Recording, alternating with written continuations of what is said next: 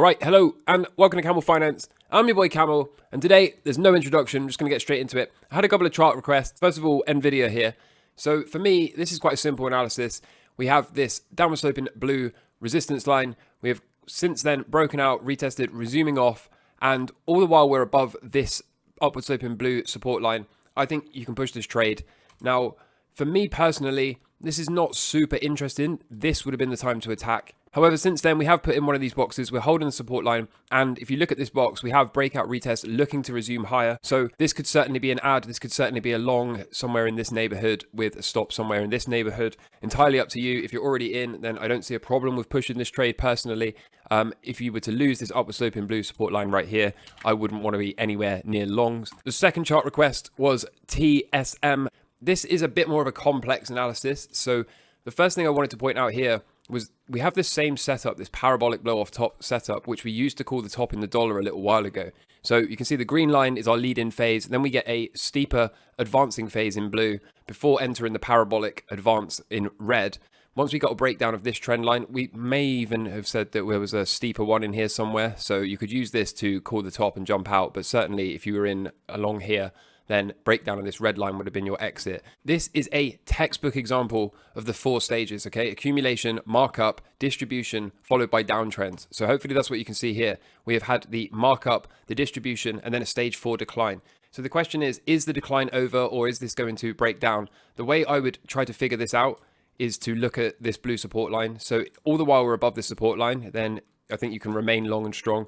I also think if you wanted to, you could buy at support here with a stop somewhere slightly below and see how long this blue upward sloping support line holds. If I was already in, I wouldn't have a problem pushing this trade so long as we're above this blue upward sloping support line. But if we lose this support line, I wouldn't want to be anywhere near longs. So I hope that answers your question. Hope that was useful.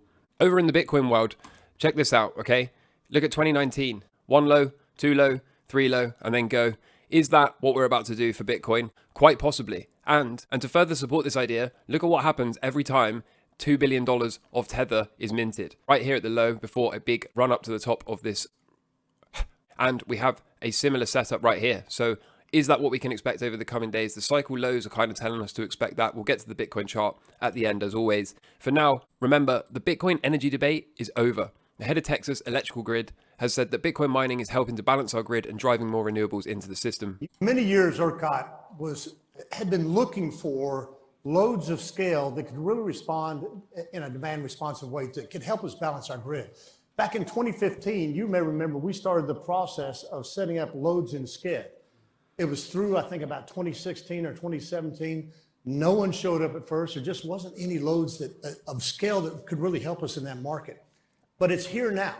And it's a great thing for helping us to balance the grid, helping us to manage all of our resources.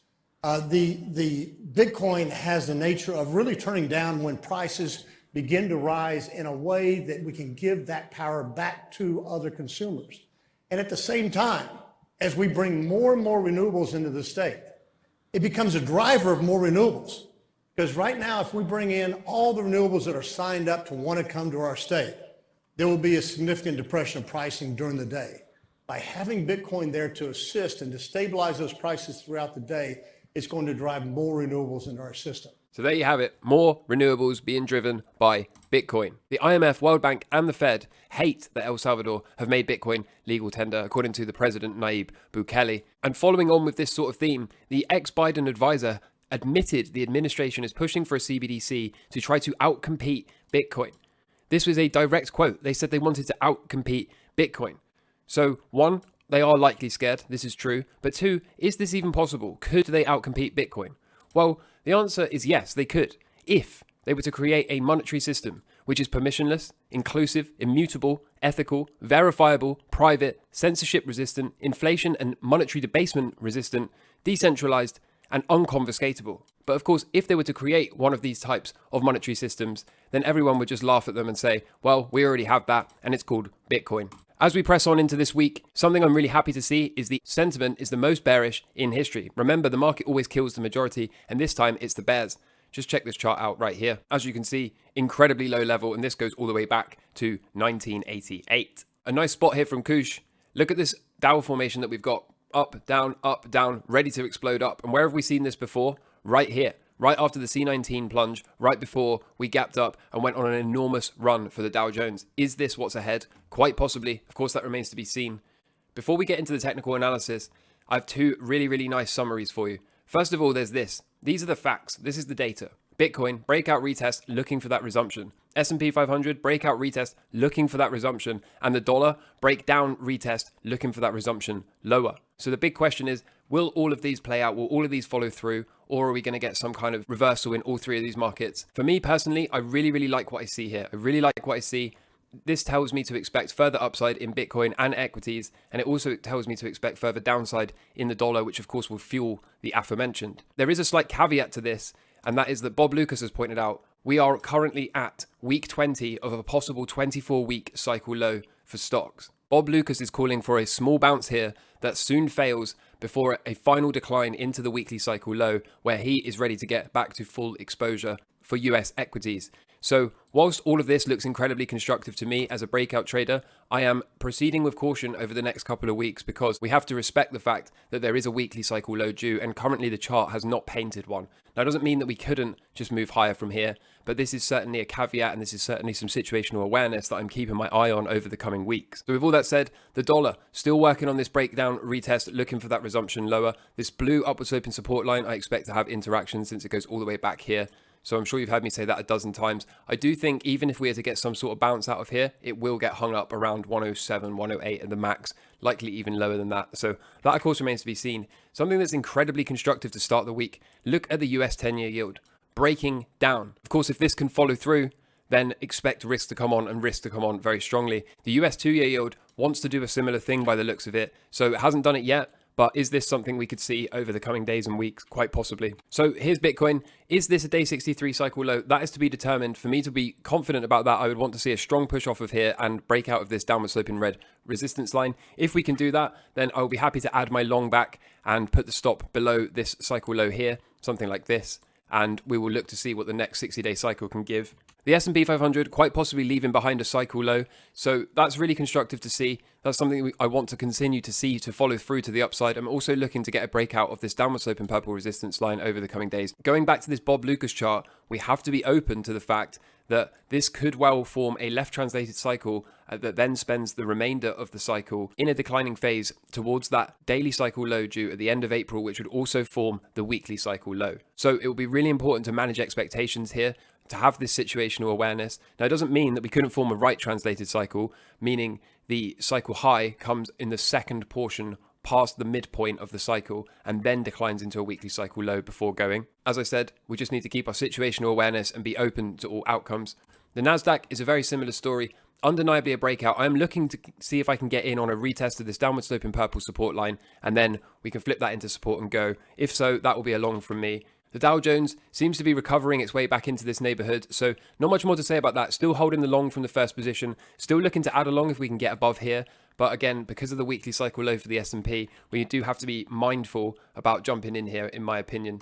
VIX still not speaking to a volatility event, is it? So up a little bit today, but this is still compressing. It's still on a 19 handle, so we're still sub 20 for the VIX. Again, this has kept us being able to be on the right side of the trade, on the right side of the longs, in the face of all the bears, which of course, as I've shown you already, are currently sat at record levels. Russell 2K, it's a similar story to the Nasdaq. I'm looking for a retest if possible and a resumption higher. Then we can get long for the Russell 2K, so expect me to tell you I've added exposure there. The UKX kind of just about hanging on to this support line. It is out. Is this a breakout retest resumption of this downward sloping red resistance line, or does this have to do a little bit more work and form a deeper flush, which we can then extend the trend line across and buy the breakout? That of course remains to be seen, but so far, constructive look in my opinion. For all of these crypto related equities, which I believe are showing relative strength compared to Bitcoin, it'll be interesting to see what happens here. So I am still looking to add exposure. I am still looking to move the stops up. The same is true of MicroStrategy as well. Same deal, looking to get some of this risk taken off, looking to add exposure. Same is true of Riot, and the same is true of Marathon.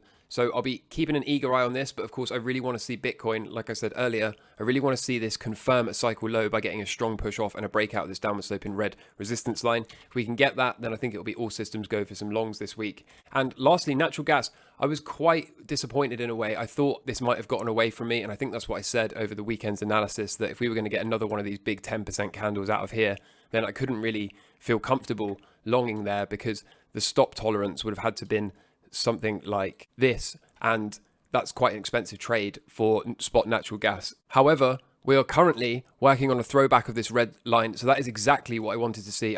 If you've been watching the channel, you know I was talking about this for a while. I wanted to see a breakout, a retest, and then a resumption higher. So now it's a case of two things. Can we check off flipping this red line into support? So I don't want to see us close below this. That would be really bad. But if we can avoid that, and not only avoid that, but also start to move up off of this again, so we get this breakout, retest, resumption look, then that can be a long, and the stop can be quite tight for that sort of setup, something in this neighborhood here, which is far more favorable for me. So I'm looking to get long natural gas.